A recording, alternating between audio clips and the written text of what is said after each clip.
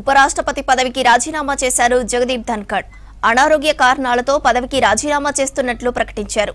వైద్యుల సూచనతోనే పదవికి రాజీనామా చేస్తున్నట్లు తెలిపారు. ప్రెసిడెంట్కు రాజీనామా లేఖ పంపించారు ధన్కడ్. 2022 జూలై 16న ఉపరాష్ట్రపతిగా ఎన్నికయ్యారు ధన్కడ్. 3 ఏళ్ల పాటు ఆయన ఉపరాష్ట్రపతిగా బాధ్యతలు నిర్వర్తించారు.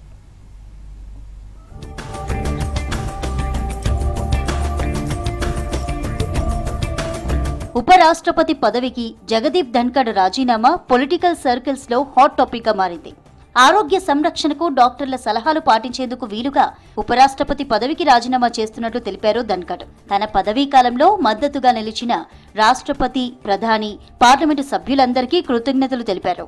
వారి నుంచి దక్కిన అమూల్యమైన సహకారం, ఆప్యాయతలు ఎప్పటికీ గుర్తుండిపోతాయన్నారు. పదవీ కాలంలో ఎన్నో విలువైన విషయాలు నేర్చుకున్నట్లు చెప్పారు. ఉపరాష్ట్రపతిగా దేశ ఆర్థిక పురోగతిని, అభివృద్ధిని నేరుగా చూసే అవకాశం రావడాన్ని గౌరవంగా భావిస్తున్నానని వివరించారు. ప్రపంచ వేదికపై భారత విజయాలపై గర్విస్తున్నానన్నారు. దేశ ఉజ్వల భవిష్యత్తుపై అచంచలమైన విశ్వాసం ఉందని రాజీనామా లేఖలో పేర్కొన్నారు ధన్కడ్.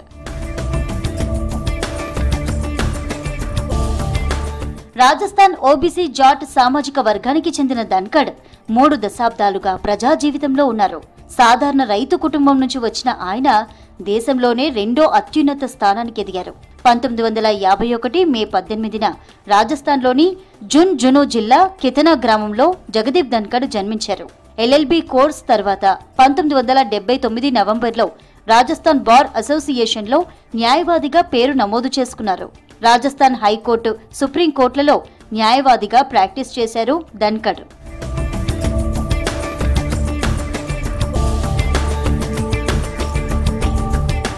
1989లో జనతాదళ్ తరపున జున్జును లోక్సభ స్థానం నుంచి గెలిచారు ధన్కడ్. 1990లో అప్పటి ప్రధాని చంద్రశేఖర్ కేబినెట్ లో పార్లమెంటరీ వ్యవహారాల సహాయ మంత్రిగా కొద్ది కాలం పనిచేశారు. 1993-98 మధ్య కాలంలో ఎమ్మెల్యేగా ఉన్నారు. పివి నరసింహారావు ప్రధానిగా ఉన్న టైంలో కాంగ్రెస్ లో జాయిన్ అయ్యారు. 1998 నుంచి క్రియాశీల రాజకీయాలకు దూరంగా ఉంటూ న్యాయవాద వృత్తిలో కొనసాగారు.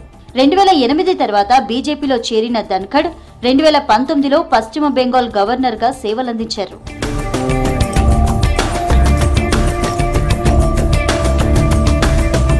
2022లో ఉపరాష్ట్రపతి ఎన్నికల్లో అధికార ఎన్డీఏ కూటమి ధన్కడ్ ను అభ్యర్థిగా రంగంలోకి దింపింది. విపక్షాల అభ్యర్థి మార్గరెట్ ఆల్వాపై 346 ఓట్ల తేడాతో విజయం సాధించారు. భారత 14వ ఉపరాష్ట్రపతిగా బాధ్యతలు చేపట్టారు. అయితే ఈ ఏడాది మార్చిలో ఛాతీ నొప్పి, అసౌకర్యంతో ఢిల్లీ ఎయిమ్స్ లో చికిత్స పొందారు. జూన్లోనూ ఉత్తరాఖండ్లో కుమావు విశ్వవిద్యాలయం స్వర్ణోత్సవంలో పాల్గొన్న ఉపరాష్ట్రపతి స్పృహ తప్పి పడిపోయారు. ఈ పరిస్థితుల్లో ఆరోగ్యాన్ని పరిగణలోకి తీసుకుని ఉపరాష్ట్రపతి పదవికి రాజీనామా చేసినట్లు తెలుస్తోంది.